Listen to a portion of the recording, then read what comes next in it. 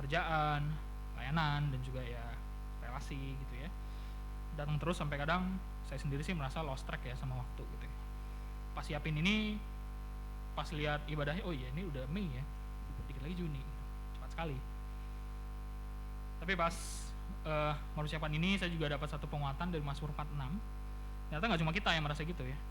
Orang Israel waktu itu tuh juga merasa seperti itu loh teman-teman.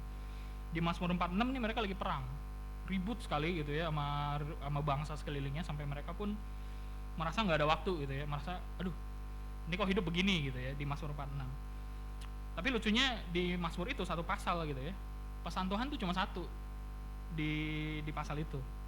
Tuhan cuma bilang be still, diamlah, and know that I am God katanya. Jadi saya mau ajak kita semua, kita sama-sama diam dan kita mau menyembah Tuhan, karena aku sih yakin ya Allah yang ada di Mazmur 46 itu, Allah yang ada di tengah-tengah orang Israel itu saat ini pun juga hadir di tengah-tengah kita. Dia melihat pergumulan kita, dia melihat bagaimana kita berjuang ya dalam hidup ini. Yuk kita nyanyikan Be Still for the Presence of the Lord.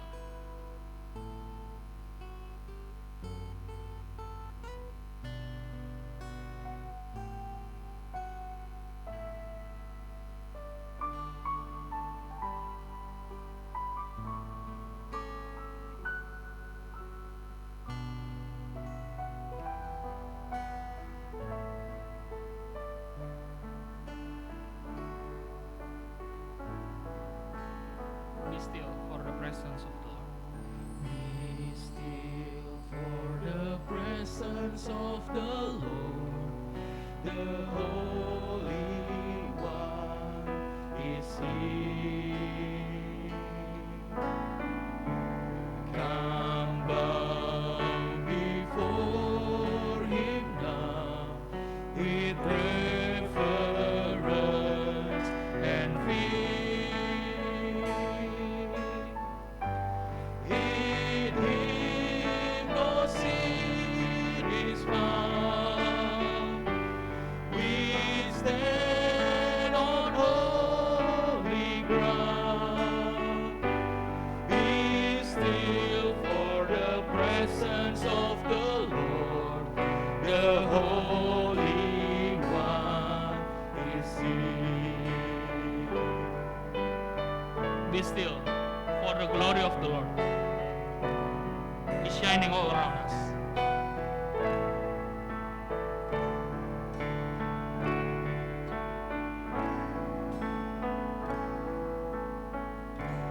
Be still for the glory of the Lord is shining all around. He burns with holy fire, with splendor He is crowned. How awesome is the Son, our radiant King of love. Be still for the glory of the Lord is shining all around. Yuk kita ambil sikap berdoa teman-teman. Saya mau ajak kita mengarahkan hati kita kepada Tuhan dan merefleksikan hidup kita, sambil mungkin musik boleh mengalu.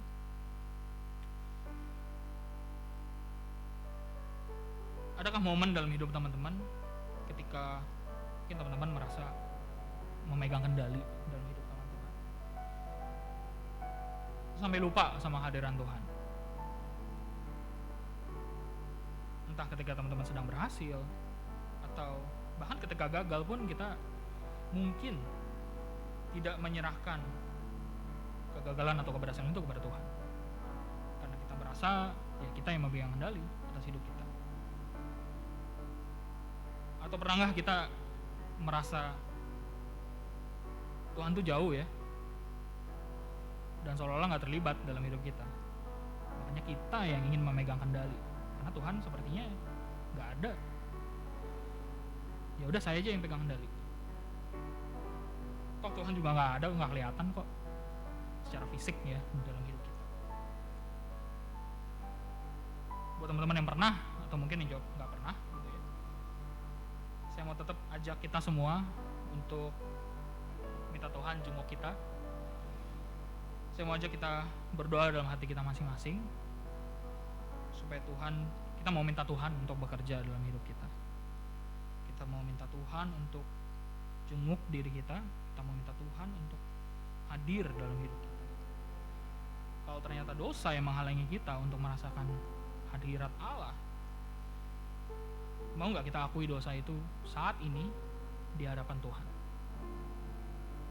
Sambil singer boleh menyanyikan sebuah pujian, "Oh Allahku, jenguklah diriku."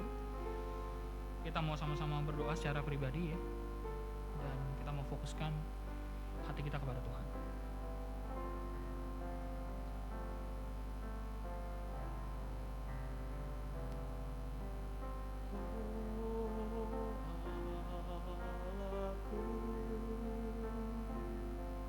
Jenguklah diriku,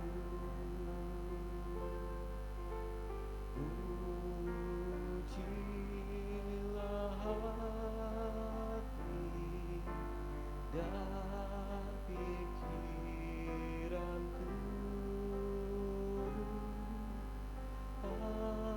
Aku telah berdosa dan cemar, sucikan dan jadikanku benar. Kita mau nyanyikan bait yang kedua bersama-sama. Pujianku tetaplah bagimu, karena Kau yang hapus dosa-dosaku. Pujianku tetaplah bagimu, karena Kau hapus dosa-dosaku.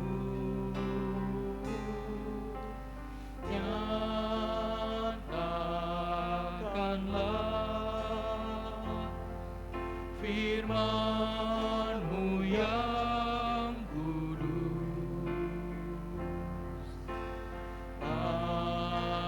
agar ku junjung nama-Mu terus. Saya undang kita semua untuk sama-sama tundukkan kepala, kita berdoa. Ya Tuhan, ketika kami merefleksikan ya Tuhan hidup kami, mungkin ada satu bagian dalam hidup kami yang kami tidak mau serahkan kepadamu ya Tuhan. Biarlah saat ini Tuhan kami mau menyerahkannya ke dalam tangan-Mu ya Tuhan.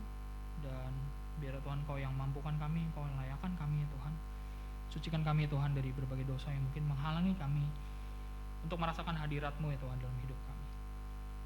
Ketika kami bergumul ya Tuhan, ketika kami sedang dalam suksesan pun ya Tuhan, biarlah kami terus mengingat bahwa Engkau lah Tuhan yang berkarya dalam hidup kami, dan Engkau lah Tuhan yang terus setia ya Tuhan dalam hidup kami, dalam setiap fase kehidupan kami. Terima kasih Tuhan, kami serahkan doa ini Tuhan ke dalam tangan-Mu. Dalam nama Tuhan Yesus kami berdoa, amin. Saya undang kita semua untuk bangkit berdiri. Berita anugerah kita hari ini diambil dari 1 Korintus 15 ayat 3 dan 4. Saya akan bacakan untuk kita semua. 1 Korintus 15 ayat 3 sampai ke 4.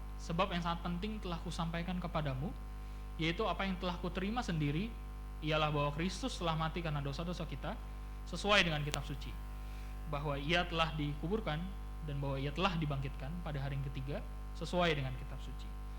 Sebagai respon dari berita anugerah yang sudah kita dengar, yuk kita nyanyikan KJ 36, dihapuskan dosaku.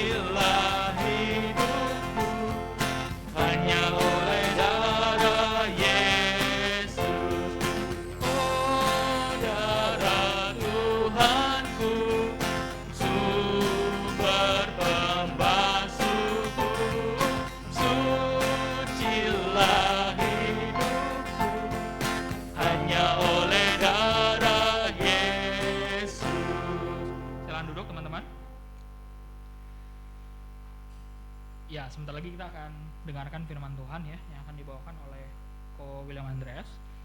Temanya ini sih kalau buat saya sih menarik ya. Memang Tuhan bisa jauh ya. Tadi kan kita udah bahas tadi di lagunya, bahkan Tuhan hadir ya selalu gitu dalam hidup kita. Tapi sebenarnya jauh gimana nih yang dimaksud gitu ya. Terus kalau memang Tuhan jauh, caranya gimana supaya kita bisa kembali dekat gitu ya sama Tuhan, atau kembali merasakan hadirat Tuhan yang mungkin terasa jauh buat kita. Jadi kita akan dengar sebentar lagi, biarlah kita mau minta Tuhan untuk jadikan hati kita tanah yang subur ya teman-teman ya, dimana firman Tuhan bisa tumbuh dan berbuah. Yuk kita nyanyikan satu pujian, Lord let my heart be good soil. Dan ini jadi satu permohonan kita juga kepada Tuhan, supaya hati kita jadi tanah yang subur untuk benih firman Tuhan.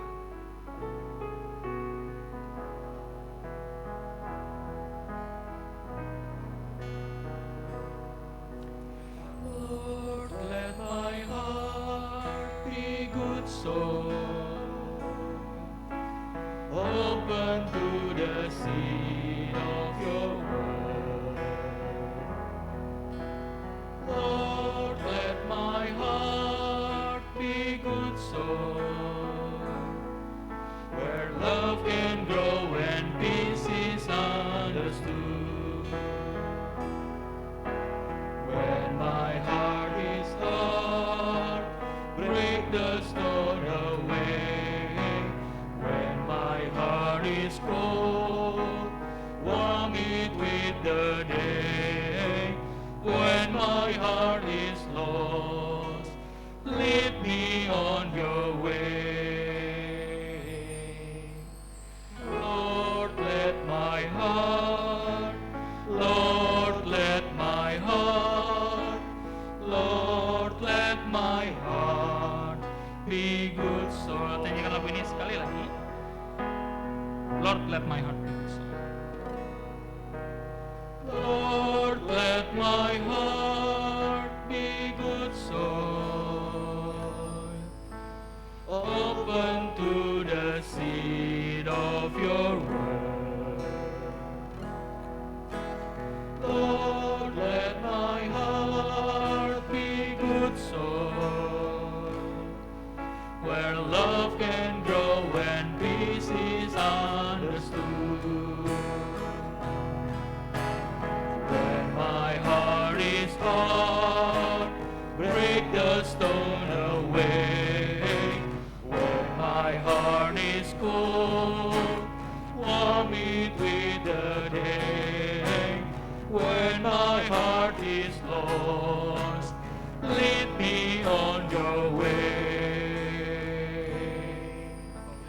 Lord, let my heart, Lord, let my heart, Lord, let my heart be good soil.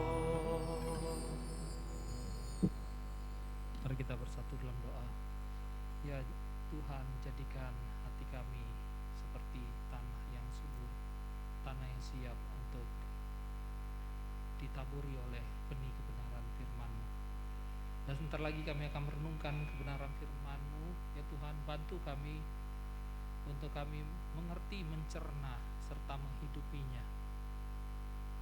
Dan kami rindu untuk kami terus hidup di dalam relasi dengan Engkau ya Tuhan. Pakai hamba-Mu yang terbatas ini, di dalam Kristus Yesus kami berdoa. Amin. Oke, selamat siang teman-teman. Ya, tema kita menarik sekali, yakni When God Seems Far Away ya. Dan ayat yang saya ambil itu sebenarnya jadi satu cuplikan ya. Nanti ada beberapa cuplikan yang lain. Mari kita buka Mazmur 22.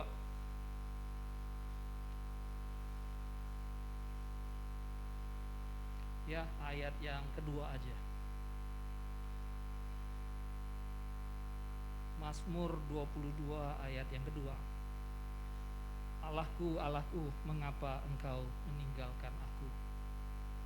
Aku berseru tetapi engkau tetap jauh dan tidak menolong aku. Demikianlah kebenaran firman Tuhan. Ini satu mazmur yang ditulis oleh Daud ya. Nah, teman-teman, untuk memulai khotbah ini saya cerita di mana ada satu teman saya dari Jambi. Dia harus pulang ke Medan karena papanya baru saja meninggal. Papanya baru saja meninggal, akhirnya dengan sedih dia harus ke Medan naik kendaraan umum sekitar 27 jam. Dan dia harus meninggalkan istri yang 9 bulan hamil. Ini nyata ya. Dan 2 suami istri ini teman saya. Dan saya paling dekat sama istrinya. Akhirnya sampailah dia dan berduka di Medan ketika bertemu dengan keluarga yang lain karena papanya meninggal. Singkat cerita ya, istrinya harus dibawa ke rumah sakit untuk bersalin. Rupanya usut punya usut, istrinya tuh udah dikasih tahu, kamu harus gugurkan anakmu karena dia punya lemah jantung. Jadi vonisnya kayak gini, engkau gugurkan anak itu atau kamu yang selamat. Dia memutuskan sendiri tanpa suaminya karena suaminya lagi berduka di sana bahwa dia ingin menyelamatkan anaknya. Singkat cerita, teman saya yang cewek ini meninggal dunia, anaknya selamat. Dapat berita teman saya yang di Medan itu baru saja berduka papanya meninggal, dengar istrinya meninggal dia langsung pulang. Dia sangat sedih sekali, saya melihat ya, dia sangat berduka. Dan dia bertanya, di mana Tuhan? Kenapa Tuhan? Kenapa ini terjadi? Ngeri sekali teman-teman. Saya tidak bisa membayangkan apa yang dia rasa. Apa yang dia alami itu sangat menekan dia, sehingga dia bertanya, mengapa Tuhan Engkau mengizinkan ini, melakukan ini kepadaku? Tidak gampang. Teman-teman, mungkin perasaan ini enggak sama kita, tetapi mungkin perasaan kita merasa sekali-sekali kayaknya Tuhan tuh jauh deh sama aku. Pernah nggak? Ya, atau Tuhan tuh ada nggak?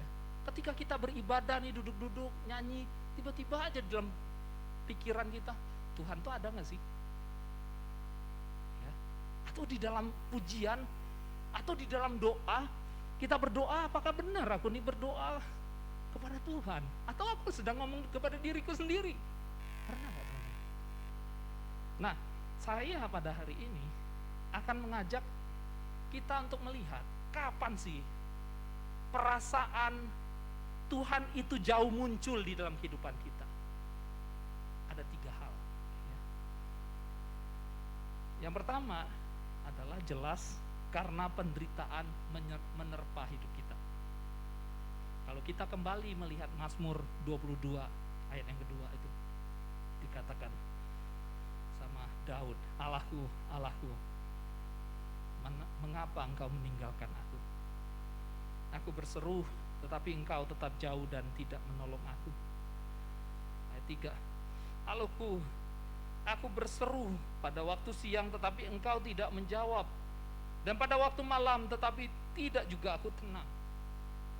Teman-teman, Daud sedang mengalami penderitaan teman-teman. Sehingga di dalam terpaan penderitaan itu dia merasa Tuhan meninggalkan dia. Ya. Apa saja penderitaan yang Daud alami? Ya, boleh next slide-nya. Dia dihina, ditolak, diolok. Banyak orang yang harusnya dipimpinnya. Kita lihat ayat 7 sampai 8.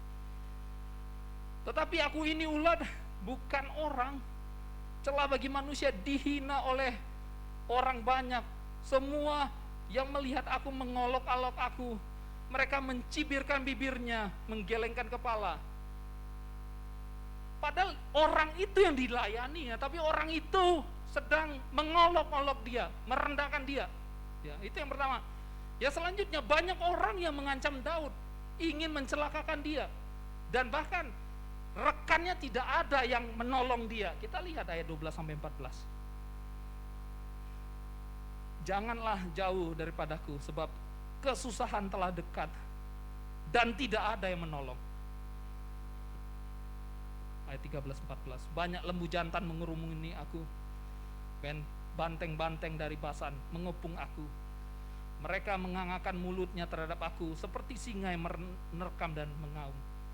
Orang ingin buat dia celaka, ingin memakan dia. Dan yang selanjutnya, Daud tidak berdaya. Dia menghadapi aniaya, ayat 15-19. Seperti air aku tercurah, dan segala tulangku terlepas dari sendinya. Hatiku menjadi seperti lilin hancur luluh di dalam dadaku. Kekuatanku kering seperti beling, dan sebagainya. Jadi di dalam Mazmur 22 ini kita melihat bagaimana Daud itu mengalami penderitaan. Dan ketika penderitaan itu menerpa, ada perasaan Tuhan meninggalkan aku.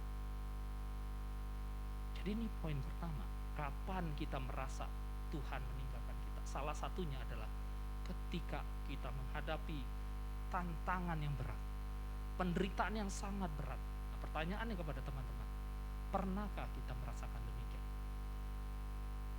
Ya nggak usah dijawab, di dalam hati aja jawab. Sehingga kita perlu bertanya nih, apakah benar Tuhan nggak ada di dalam penderitaan kita? Saya nggak akan jawab dulu, nanti setelah saya jelaskan 3 poin ini baru saya akan jelaskan. Teman-teman, ada satu film yang berjudul Silence, ya, yang dibuat berdasarkan novel karya Susaku Endo, ya. Ada yang tahu? Ada yang nonton? Nonton ya. Nah, singkat cerita, saya skip bahas detail ya, jadi singkat aja.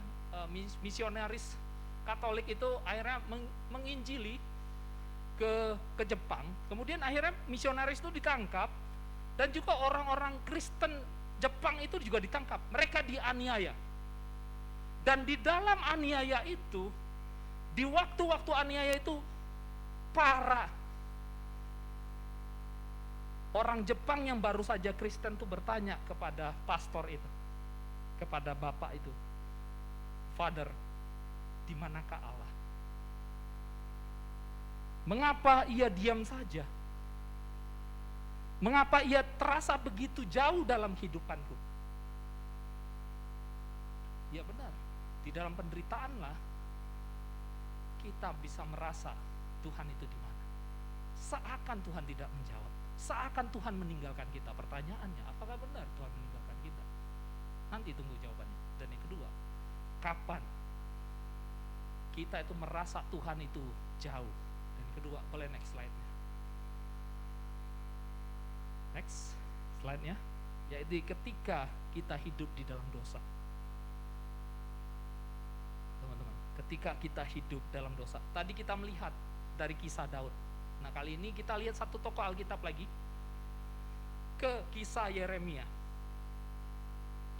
Yeremia juga adalah pribadi nabi. Jadi bukan nabi, Daud bukan nabi ya. Yeremia adalah nabi yang mengalami penganiayaan juga. Namun Yeremia tidak merasa ditinggal Tuhan karena penganiayaan, tetapi karena dosa. Tapi bukan karena dosa dia ya, tapi karena dosa Israel. Mari kita buka Alkitab kita di dalam Ratapan, karena kita harus, saya meyakini kitab Ratapan itu adalah ditulis oleh Yeremia. Ratapan pasal yang kelima. Bentar ya. Ratapan pasal yang kelima ayat 16 sampai 22. Saya bacakan. Mahkota telah jatuh dari kepala kami, wahai kami, karena kami telah berbuat dosa. Karena inilah hati kami sakit, karena inilah mata kami jadi kabur. Karena bukit Sion yang tandus, di mana anjing-anjing hutan berkeliaran. Engkau ya Tuhan bertahta selamanya, tahtamu tetap dari masa ke masa. Mengapa engkau melupakan kami selamanya, meninggalkan kami demikian lama? Bawalah kami kembali kepadamu ya Tuhan, maka kami akan kembali. Baharuilah hati hari-hari kami seperti dahulu kala. Atau apa engkau sudah membuang kami? Sama sekali. Sangat murkakah engkau terhadap kami? Ini penutup Ratapan. Dia menulis dengan kebingungan. Karena apa? Karena dosa yang dilakukan oleh umat Israel pada saat itu. Dan bahkan kalau kita melihat Ratapan 2 ayat 7 dikatakan kayak gini. Tuhan membuang mezbahnya, meninggalkan tempat kudusnya, kayak ditinggalkan kan, menyerahkan ke dalam tangan seteru tembok-tembok puri-purinya. Teriakan ramai mereka dalam bait Allah seperti keramaian pada hari perayaan jamaah. Dari sinilah kalau kita melihat dosa orang Israel membuat Yeremia merasa Tuhan telah membuang mereka. Ya teman-teman, apa saja sebenarnya dosa yang dilakukan oleh orang Israel? Ini orang Israel selingkuh rohani dengan menyembah dewa lain, hidup melakukan tindakan-tindakan jahat seperti yang dilakukan bangsa lain, dan menghina firman Tuhan yang disampaikan Nabi Tuhan, termasuk Yeremia. Yeremia itu pribadi yang diolok-olok, seakan mereka itu nggak butuh firman Tuhan. Namun pertanyaannya kembali lagi, ketika kita melakukan dosa, Tuhan benar-benar tidak adakah? Temukan jawabannya setelah ini. Satu lagi, kapan kita merasa Tuhan itu nggak ada? Ini yang menarik ya, poin yang ketiga. Next, ketika dalam kondisi random, tiba-tiba tak terduga. Jadi bukan perasaan karena kita mengalami penderitaan, enggak. Kita juga enggak lagi melakukan dosa-dosa gitu-gitu amat, tapi lagi ibadah, kita duduk, atau kita merasa kuasa Tuhan, sekali ada masalah sedikit, langsung tiba-tiba kita merasa Tuhan meninggalkan kita. Kira-kira bisa nebak enggak? Satu tokoh Alkitab mana? Yang kondisinya random, tiba-tiba dia merasa Tuhan meninggalkan dia. Hah? Yuk, bukan. Kan dia mengalami penderitaan beneran itu Ayub, ya. Ya ini adalah Elia. Mari kita buka Alkitab kita di dalam satu. Nanti saya akan kasih tahu argumentasinya ya. 1 Raja-Raja 19.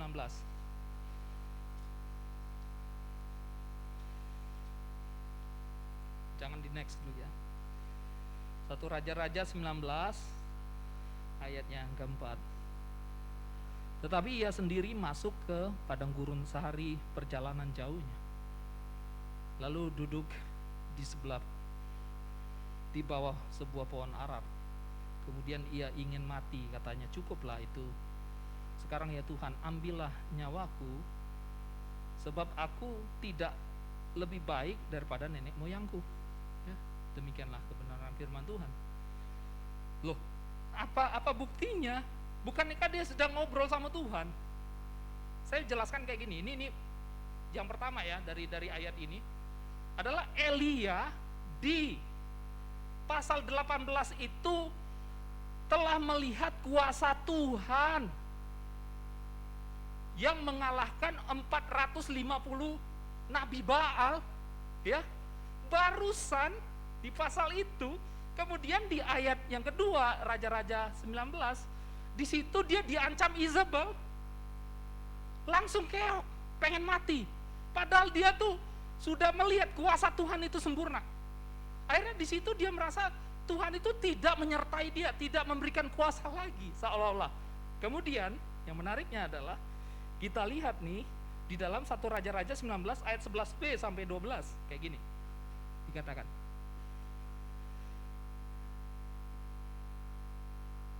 angin besar dan kuat yang membelah gunung-gunung dan memecahkan bukit-bukit batu mendahului Tuhan, tetapi tidak ada Tuhan di dalam angin. Pertanyaannya, apakah Tuhan tidak ada? Ya. Dan sesudah angin itu datang gempa, tetapi tidak ada Tuhan dalam gempa itu. Apakah Tuhan tidak ada di dalam gempa itu? Dan sesudah gempa itu datanglah api, tetapi tidak ada Tuhan di dalam api. Dan sesudah api itu datang, bunyi angin sepoi-sepoi basah. Ya teman-teman, Apakah di dalam gempa Tuhan tidak ada? Tuhan tidak mengeluarkan keberadaan dirinya. Tuhan ada.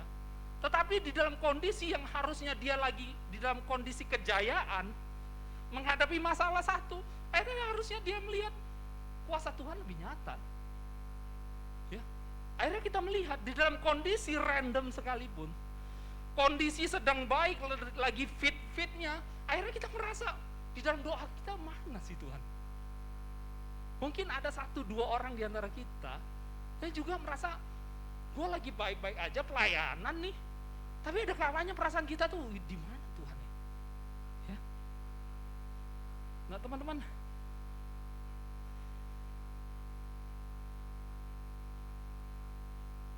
kita melihatnya, kapan kita merasa diri kita itu jauh dari Tuhan? Karena 3 hal tadi ya. Ketika penderitaan menerpa, boleh next ya slide-nya. Ini Elia tadi.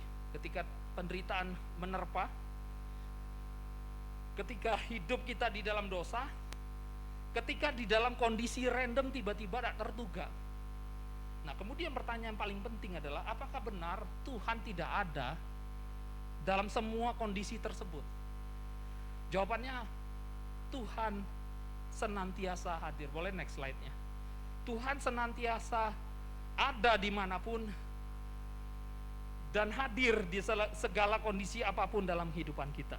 Dan hal inilah yang diungkapkan di dalam Kejadian 28 ayat 15. Kita buka sama-sama. Sesungguhnya aku menyertai engkau, dan aku akan melindungi engkau kemanapun engkau pergi, dan aku akan membawa engkau kembali ke negeri ini, sebab aku tidak akan meninggalkan engkau, melainkan tetap melakukan apa yang kujanjikan kepadamu. Ini janji Tuhan yang Tuhan sampaikan kepada Yakub. Dan sebenarnya tidak hanya kepada Yakub, tetapi kepada keturunan dan termasuk kita. Dan kita melihat janji ini bahwa Tuhan itu menyertai kita, dan maka kita melihat nih, boleh next slide-nya. Dalam penderitaan, kesusahan, malah Tuhan dekat. Saya kan sering menggunakan ayat ini ya, Mazmur 34 ayat 19. Dikatakan Tuhan itu dekat kepada orang yang patah hati. Malah Tuhan itu dekat kepada orang yang menderita. Tapi kita tidak merasa. Tapi firman Tuhan katakan itu. Dan juga yang kedua, dalam keberdosaan malah Tuhan berbelas kasihan dan memberikan anugerah keselamatan. Kita buka sama-sama Roma 5 ayat 8. Dikatakan, akan tetapi Allah menunjukkan kasih-Nya kepada kita oleh karena Kristus telah mati untuk kita ketika kita masih berdosa. Ngerti ya? Yesus Kristus itu memberikan anugerah bukan karena kita lagi berbuat baik, enggak. Tapi ketika kita masih berbuat dosa, malah di dalam keberdosaan kita lah kasih karunia Tuhan itu nyata. Tuhan berbelas kasihan. Dan ketika kita merasa Tuhan tidak ada pun, Tuhan tetap ada. Tapi memang apa yang kita rasa itu perasaan kita. Kita tuh tidak punya fakulti, tidak punya kemampuan. Hati kita tuh tidak sampai untuk merasakan kehadiran Tuhan. Itu karena dosa kan. Kita tidak punya fakulti itu, sehingga jangan kita merasa oh Tuhan itu dekat ketika kita merinding kalau nyanyi. Tidak kayak gitu.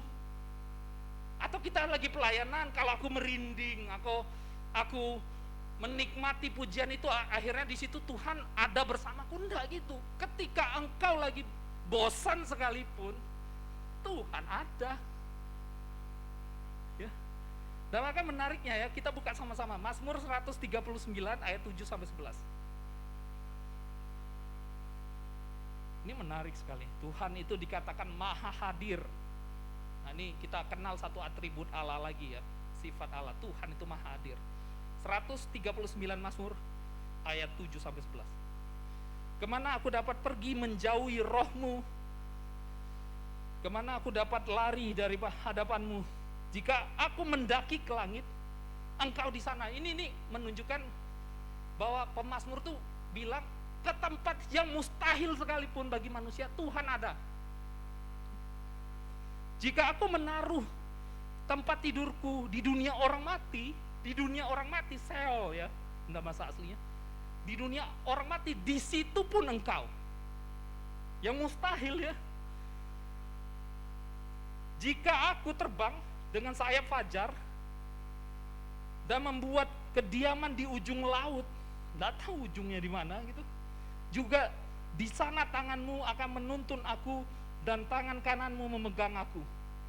Jika aku berkata, biarlah kegelapan saja melingkupi aku, ini kan mustahil ya, melingkupi dia kegelapan dan terang sekelilingku menjadi malam, maka kegelapan pun tidak menggelapkan bagimu dan malam menjadi terang seperti siang. Kegelapan sama seperti terang. Jadi dari ayat-ayat ini kita melihat sekalipun kita melakukan hal yang mustahil, kita berpikir kita mau keluar dari Tuhan, Tuhan ada bersama dengan kita. Tapi sekali lagi perasaan kita itu tidak bisa merasakan kehadiran Tuhan. Kita tidak punya fakulti itu karena keberdosaan kita. Ya, boleh. Tunggu. Kemudian timbullah pertanyaan kayak gini. Ya, boleh tuh.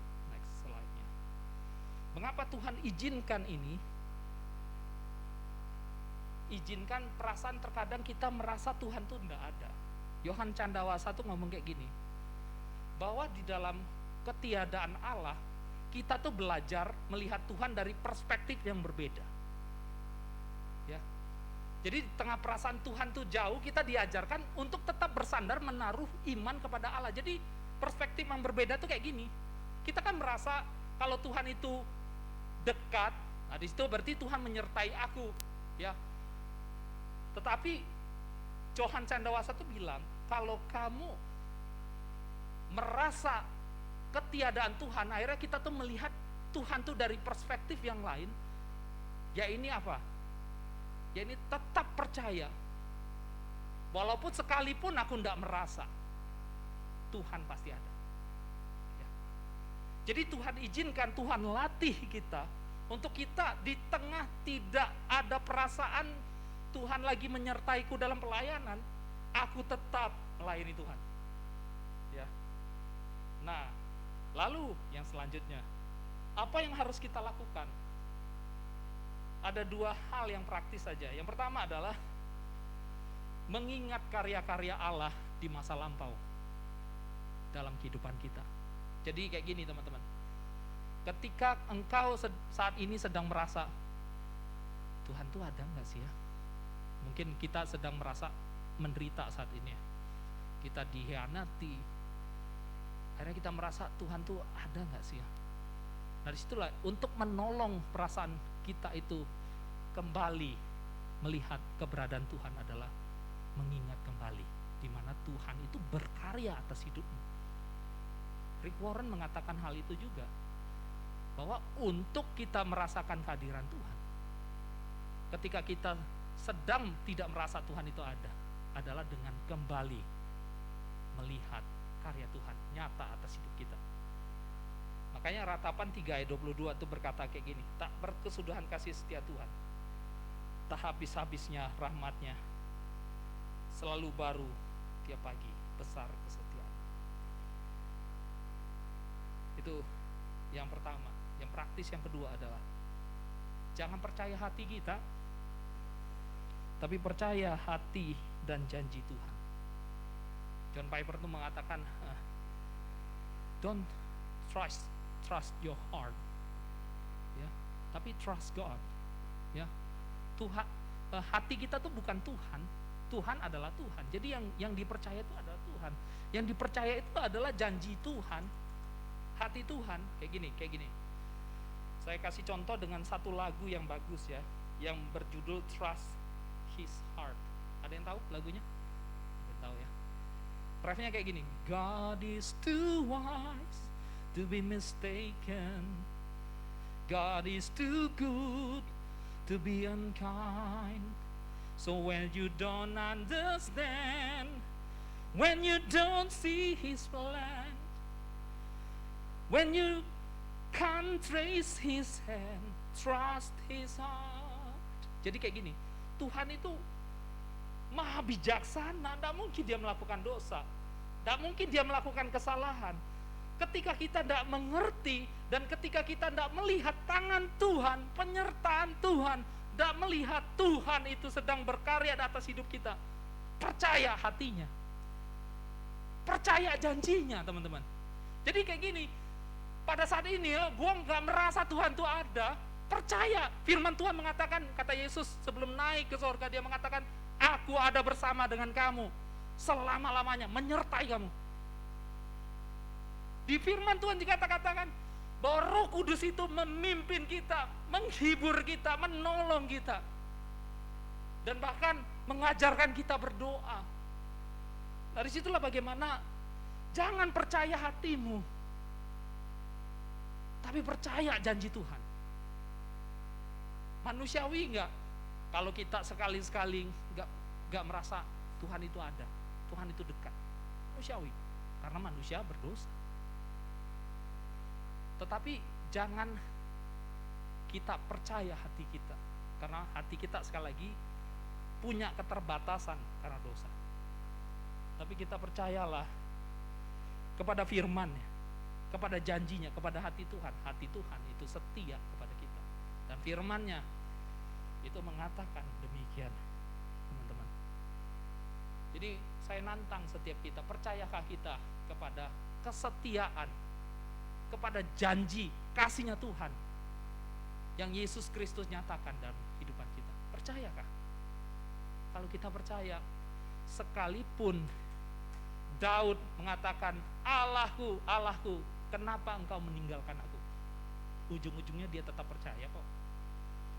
Sekalipun Yeremia merasa, apakah Tuhan buang kami ya Tuhan, engkau murka kepada kami, dia menutup ratapan kayak gitu, tetapi tetap dia percaya Tuhan. Sekalipun Elia pengen mati, tapi Tuhan tetap menyertai dia. Pada akhirnya dia hidup terus dipakai oleh Tuhan. Teman-teman, kapan kita merasa Tuhan jauh? Mungkin penderitaan yang kita alami, mungkin karena dosa-dosa yang kita lakukan, akhirnya kita merasa gua gak layak, kayaknya Tuhan itu tidak memberikan keselamatan bagiku. Ketika hal yang random terjadi, sekalipun itu semua, ingatlah akan karya Tuhan atas hidupmu di lalu. Dan yang terakhir adalah jangan percaya hatimu, tapi percaya hati Tuhan dan janji Tuhan di dalam firman-Nya. Mari kita bersatu di dalam doa. Terima kasih ya Tuhan. Terkadang kami sebagai manusia, di dalam keterbatasan kami merasa Tuhan tidak ada. Dan bahkan ketika kami melayani, kondisi kami baik-baik aja, kondisi kami suam-suam kuku, merasa Tuhan gak ada, kami tidak butuh Engkau ya Tuhan. Tapi Tuhan ajari kami Tuhan untuk terus mengingat akan karya-Mu, karena lupa adalah musuh dari iman. Ajarkan kami untuk terus ingat akan karya-Mu, akan kuasa-Mu yang membimbing kami sedemikian sampai saat ini. Dan ajari kami Tuhan untuk mempercayakan kepada janji-Mu, firman-Mu. Dan kami yakini bahwa Engkau ya Tuhan Yesus menyertai kami sampai selama-lamanya. Tuhan bantu kami di dalam pergumulan hidup kami, mungkin di dalam dosa kesayangan yang masih kami lakukan. Ajari kami untuk kami meninggalkan itu, mematikan itu semua.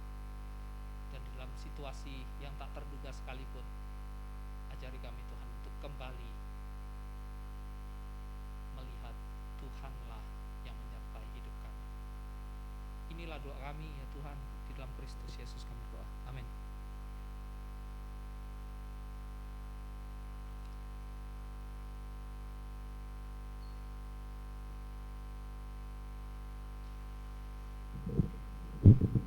Mari teman-teman pemuda, kita semua berdiri. Bersama dengan umat Allah segala abad dan tempat, sesuai dengan janji baptis kita, mari kita ikrarkan pengakuan kita turut dengan pengakuan iman rasuli. Aku percaya kepada Allah, Bapa yang Maha Kuasa, Khalik langit dan bumi, dan kepada Yesus Kristus anak yang tunggal Tuhan kita yang dikandung dari Roh Kudus, lahir dari anak darah Maria, yang menderita secara di bawah pemerintahan Pontius Pilatus, disalibkan, mati dan turun ke dalam kerajaan maut. Pada hari ketiga bangkit keluar dari antara orang mati, naik surga, duduk sebelah kanan Allah Bapa yang Maha Kuasa, dan dari sana ia akan datang untuk hakimi orang hidup yang mati. Aku percaya kepada Roh Kudus, gereja kudus dan am, persekutuan Orang Kudus, kebangunan pengetahuan orang roti dan hidup kekal. Amin. Silakan duduk.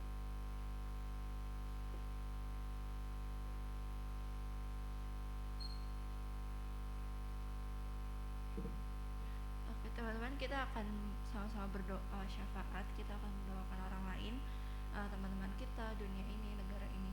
Dan sebelumnya saya memberi waktu teman-teman untuk ngobrol berdua-berdua atau bertiga-bertiga untuk tanya pergumulan mereka apa atau ada yang mau didoakan. Oke. 2 menit lah ya. Silahkan.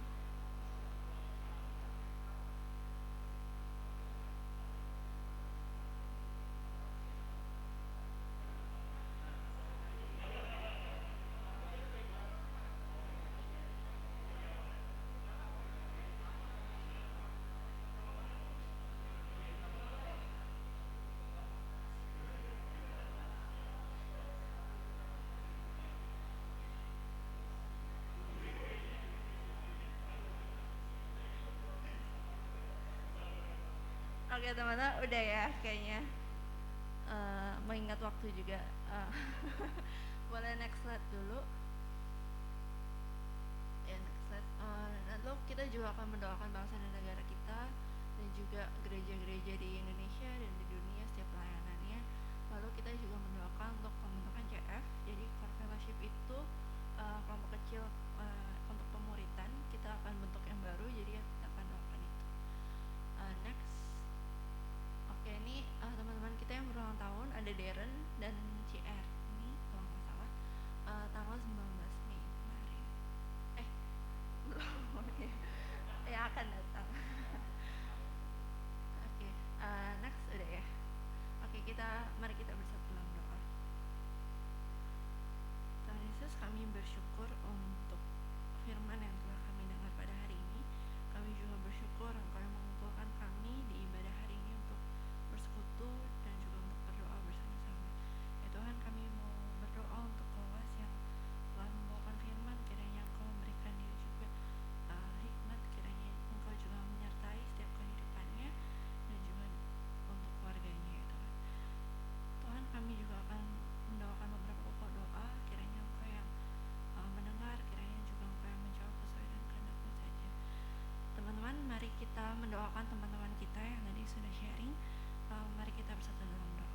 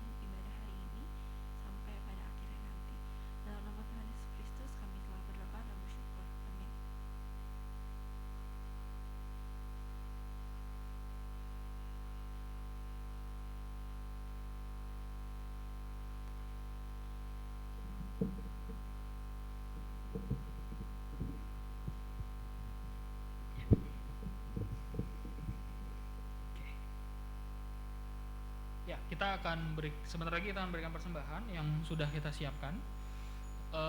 Tapi sebelumnya saya akan membacakan ayat persembahan yang diambil dari 1 Tawarik 29 ayat 14. Saya akan membacakan buat kita semua. Sebab siapakah aku ini dan siapakah bangsaku, sehingga kami mampu memberikan persembahan sukarela seperti ini.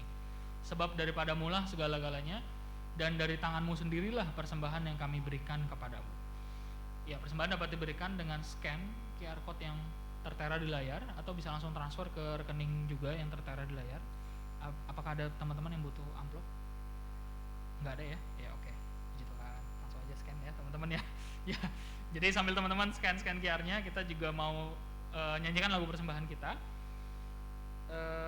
Kita mau nyanyikan sama-sama Tuhan Betapa Banyaknya dari KJ 393.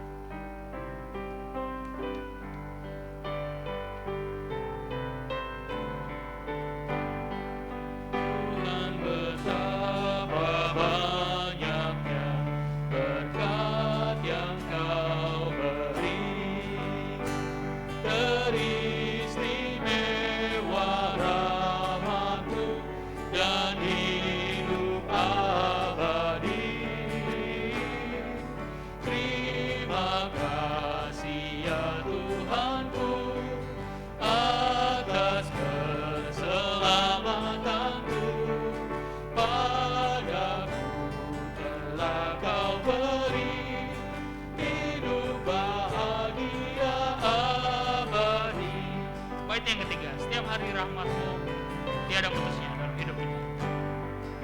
Setiap hari rahmat-Mu tiada putusnya. Hendak ku puji nama-Mu tetap selamanya.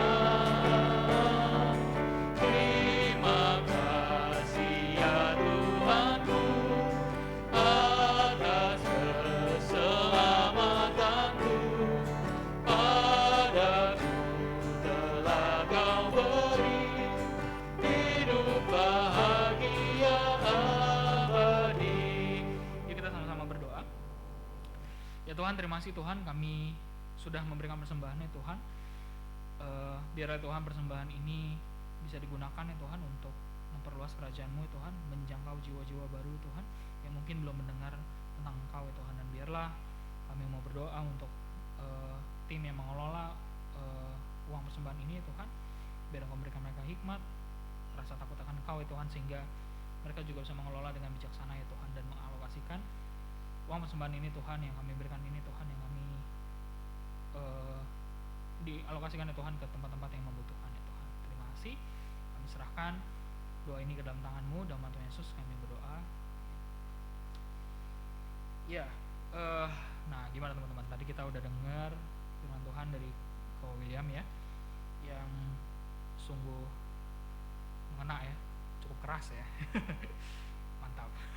Jadi apakah mungkin masih berasa Tuhan jauh gitu ya, tapi kita mau ingat terus bahwa tadi ya ada tips and trick juga yang di terakhir ya, yang diberikan oleh Ko William, kita mau coba juga ingat dan lakukan gitu ya dalam hidup kita sehari-hari. Dan ketika lihat tema ini, satu lagu yang langsung muncul dalam pikiran saya itu lagu ini, bisa ditampilkan slide-nya, Dia Hanya Sejauh Doa. Jadi ketika kita merasa gelisah dalam hati kita, ketika kita merasa Tuhan jauh, atau bahkan ketika kita merasa ditinggalkan tadi ya, seperti Daud, seperti Yeremia gitu ya, kita mau ingat bahwa Tuhan tuh ada kok. Tuhan tuh nggak tinggalkan kita. Tuhan tuh cuma sejauh doa. Kita tinggal berseru kepada Tuhan, kita minta, mohon kepada Tuhan, Tuhan ada kok. Yuk kita mau angkat lagu ini jadi tekad buat kita minggu ini, supaya kita bisa terus ingat bahwa ketika kita gelisah, kita bawa kegelisahan kita kepada Tuhan. Yuk kita nyanyikan lagu ini bersama-sama.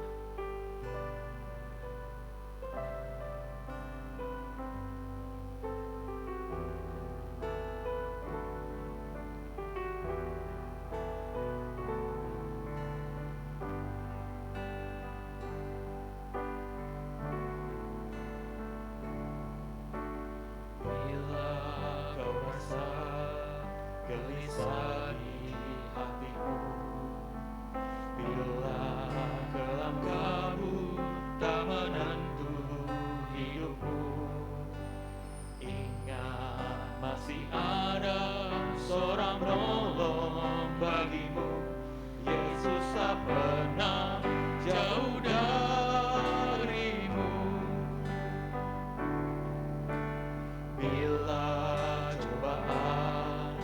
menggodai hatimu.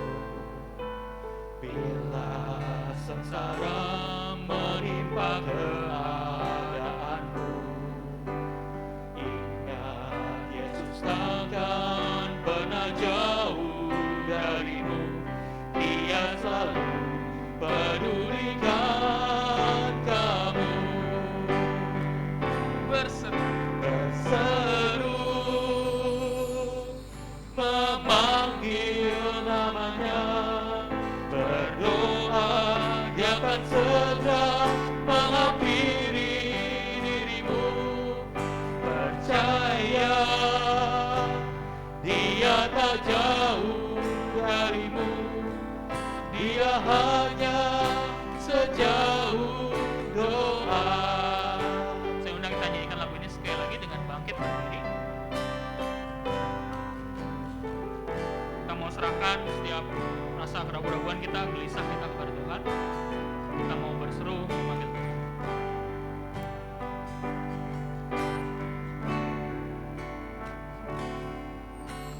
Bila kau rasa gelisah di hatimu, bila kelam kabut tak menentu hidupmu, ingat masih ada seorang penolong bagimu. Yesus tak pernah jauh darimu.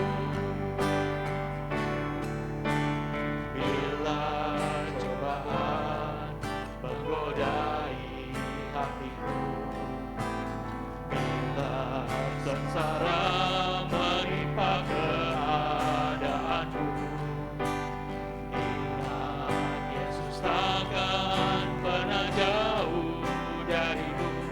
Dia selalu pedulikan kamu.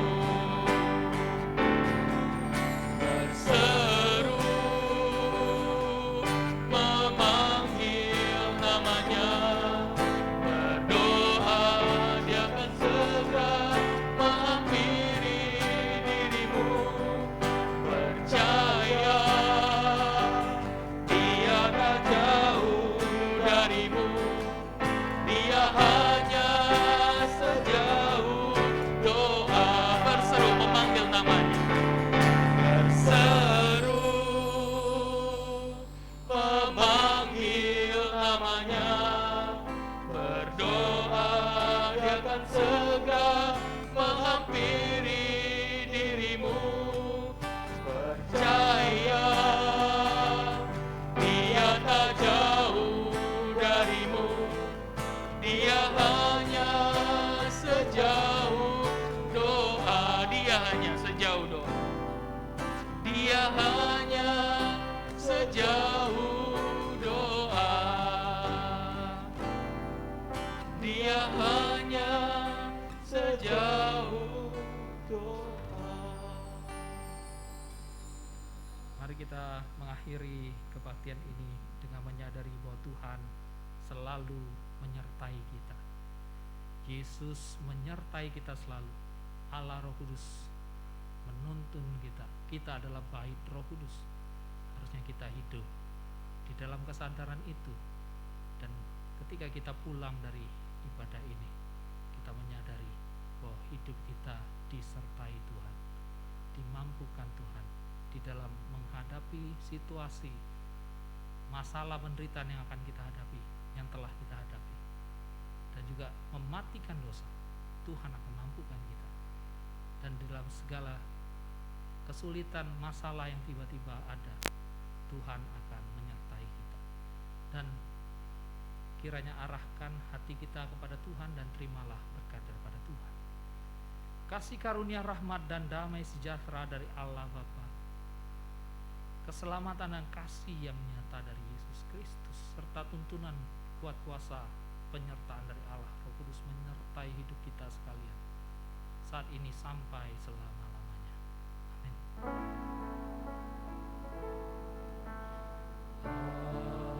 Haleluya, haleluya, haleluya.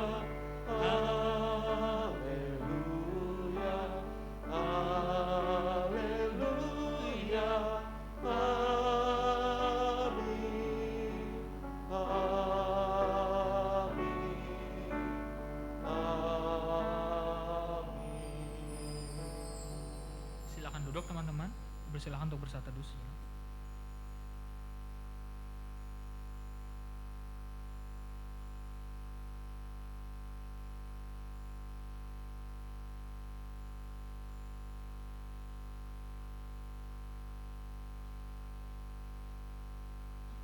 Oke, saat teduh selesai, ada beberapa pengumuman. Eh, untuk tanggal 29 Mei akan ada MFVF. Jadi teman-teman yang bisa hadir silakan hadir. Ini secara onsite ya kalau nggak salah. Betul? Secara onsite setelah ibadah KP jam 1:30. Next. Oke, selamat hari Minggu teman-teman semua. Oh iya, sorry. Ada satu pengumuman lagi, hari ini ada KP Sehat. Jadi ada badminton, ada futsal jam 3 sore di Taman Duta Mas. Selamat hari Minggu, teman-teman.